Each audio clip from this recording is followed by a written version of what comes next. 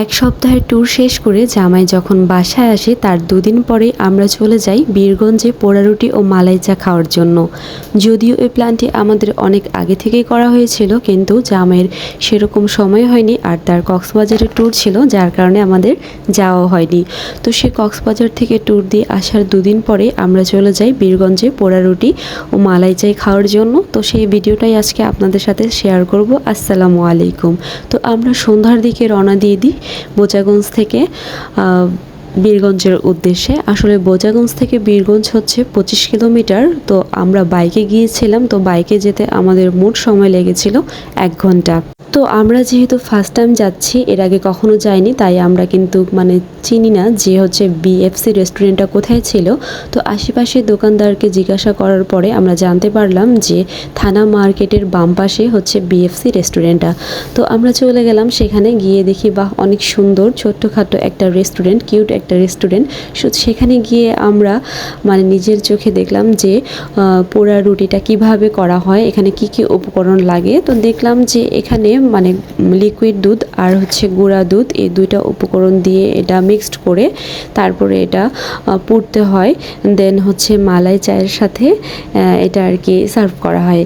তো পোড়া রুটি 1 পিস আর হচ্ছে 1 কাপ মালাই চা, এটা একটা প্যাকেজ বলতে পারেন। তো এই প্যাকেজটার মূল্য হচ্ছে আপনার 50 টাকা। আমরা যেহেতু 3 জন গিয়েছিলাম, তাই আমরা 3টা পোড়া রুটি আর 3টা মালাই চা অর্ডার করেছিলাম। তো টেস্টের কথায় যদি আমি আসি, তাহলে আমি বলবো অসাধারণ। আমার কাছে খুব বেশি ভালো লাগছে, কারণ আমি আসলে দুধ চা খেতে পছন্দ করি আর হচ্ছে তার সাথে পাউরুটি। তো এটা যেহেতু আরও বেশি স্পেশাল ছিল, মালাই চা ছিল, তো আমার কাছে তো খুব বেশি ভালো লাগছে। তো আপনারা যারা এখন পর্যন্ত খাননি, অবশ্যই একবার হলেও একটু ট্রাই করে আসবেন। আশা করছি আপনাদের কাছে খুব ভালো লাগবে। তো এই বিএফসিতে কিন্তু আপনারা শুধু মালাই চা আর পোড়া রুটি পাবেন না, সাথে আরও 2টা জিনিস পাবেন। সেটা হচ্ছে মেয়েদের খুবই পছন্দ ফুচকা আর চটপটি। তো আমি কিন্তু ফুচকা ট্রাই করিনি, চটপটিটা ট্রাই করেছিলাম। ওটা তো আমার কাছে খুব ভালো লাগছে, আসলে মজা ছিল চটপটিটা অনেক। তো এই তো খাওয়া দাওয়া শেষ করে আমরা একটু বীরগঞ্জ শহরটা একটু ঘোরাফেরা করি। আসলে বীরগঞ্জ শহরটা আমার কাছে খুব বেশি ভালো লেগেছে, অনেক উন্নত এই বীরগঞ্জ শহর। যেহেতু এই শহরে আমার ফার্স্ট টাইম ঘোরাফেরা, তো আমার কাছে আসলে খারাপ লাগেনি, অনেক ভালোই ছিল, সুন্দর ছিল সব কিছু পরিপাটি। তো বীরগঞ্জের যদি কোনো ভাই অথবা বোন আমার এই ভিডিওটি দেখে থাকেন, অবশ্যই কিন্তু আমাকে লাইক কমেন্ট করে জানাবেন। তো আমরা কিন্তু মোটামুটি খুবই অল্প সময়ের জন্য গিয়েছিলাম, কিন্তু এই অল্প সময়ে অনেক ঘোরাফেরা করেছিলাম।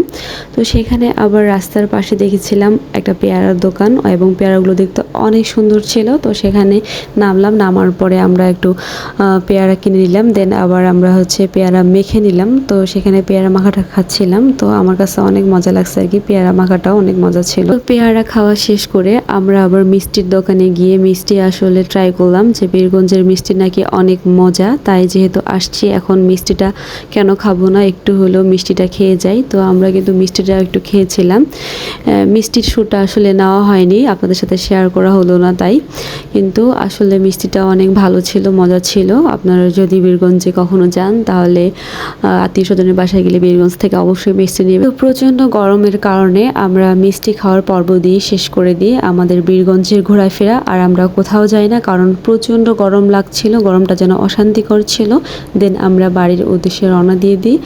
আর বোচাগঞ্জে এসে আবার আমরা আমার জায়ের অ্যানিভার্সারি ছিল, তো তার জন্য একটা গিফট কিনি। তো এই গিফটটা আপনারা দেখে বলেন তো যেটা কি গিফট হতে পারে, অবশ্যই কিন্তু কমেন্ট করে জানাবেন। সবাই ভালো থাকবেন, সুস্থ থাকবেন। আল্লাহ হাফিজ, আসসালামু আলাইকুম।